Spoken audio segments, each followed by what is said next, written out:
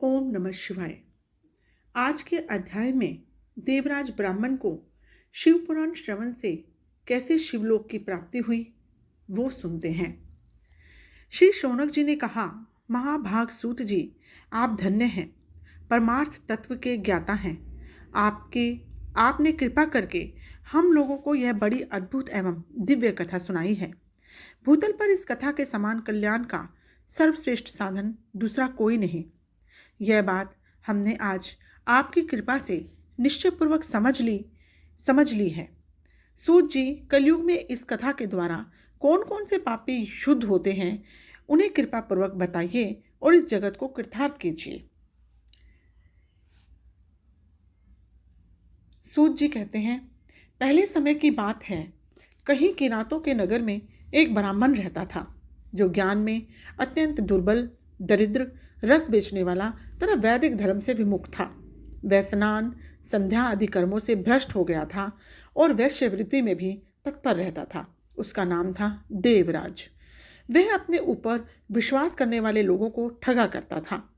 उसने ब्राह्मणों, क्षत्रियों, वैश्यों, शूद्रों और दूसरों को भी अनेक बहानों से मारकर उनका धन हड़प लिया था। परंतु उस पापी का थोड़ा सा भी धन कभी धर्म के काम में नहीं लगता था। वह वेश्यागामी तथा सब प्रकार से आचार भ्रष्ट था। एक दिन घूमता हुआ वह देवयोग से प्रतिष्ठानपुर में जा पहुंचा। वहां उसने एक शिवालय देखा, जहां बहुत से साधु महात्मा एकत्र हुए थे। देवराज उस शिवालय में ठहर गया, किंतु वहां उस ब्राह्मण को ज्वर आ गया। उस ज्वर से उसको बड़ी पीड़ा होने लगी।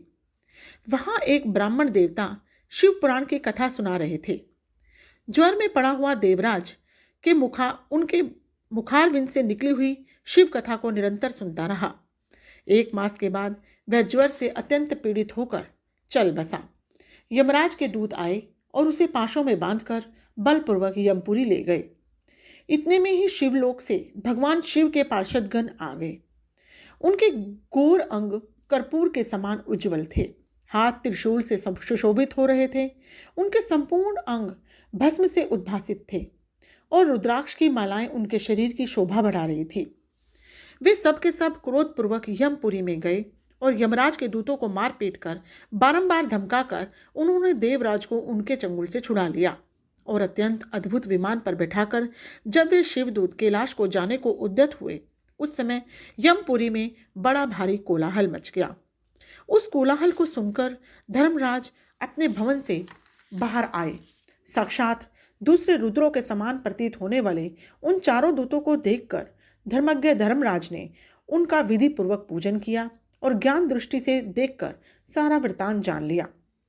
उन्होंने भय के कारण भगवान शिव के उन महात्मा दूतों से कोई बात नहीं पूछी, उल्टे उन सबकी पूजा एवं प्रार्थना की।